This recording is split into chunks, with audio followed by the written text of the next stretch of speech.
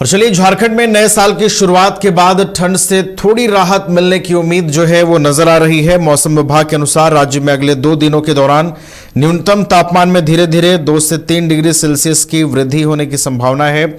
वहीं इसके बाद अगले 3 दिनों में इसमें धीरे धीरे 2 से 3 डिग्री सेल्सियस की गिरावट देखी जाएगी। इसके बाद ठंड फिर से लोगों को परेशान कर सकती है। पिछले 24 घंटे में झारखंड का गुमला सबसे ठंडा रिकॉर्ड किया गया है। यहाँ न्यूनतम तापमान 4.5 डिग्री सेल्सियस रिकॉर्ड किया गया है।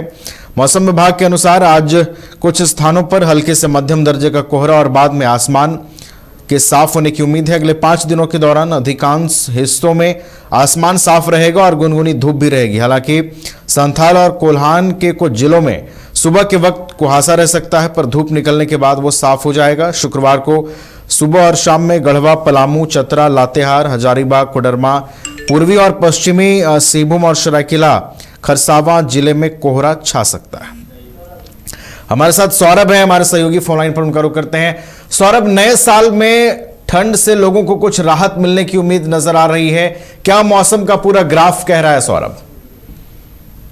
जी बिल्कुल, देखिए नए साल के आगमन के साथ ही मौसम का मिजाज थोड़ा बहुत बदलने वाला है।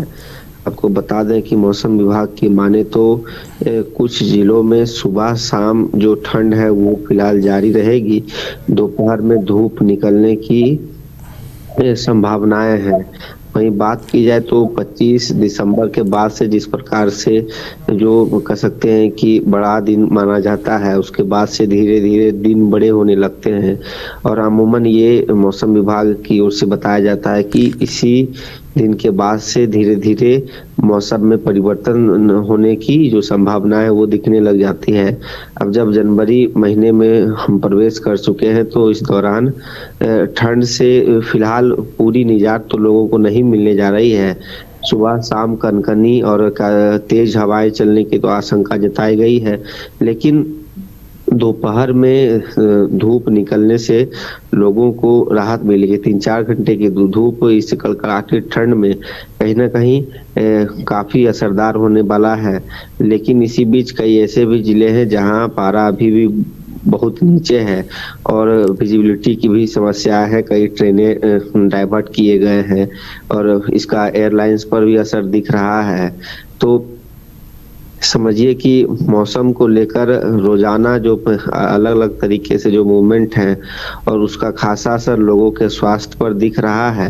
राजधानी रांची के विषय में बात की जाए तो रांची में तो सुबह और शाम कह सकते हैं कि काफी कनकनी है, हवाएं भी चलती है, लेकिन दोपहर में 3-4 घंटे जो धूप निकलते हैं वो लोगों को राहत दे रहा है। और कांके इलाका सबसे ठंड माना जा रहा है।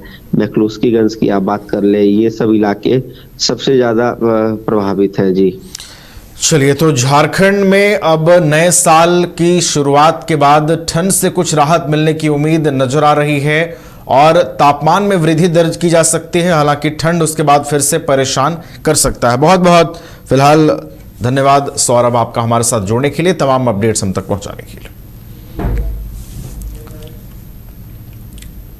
घर रहने का मकान भर नहीं, ये खुशियों की तिजोरी है।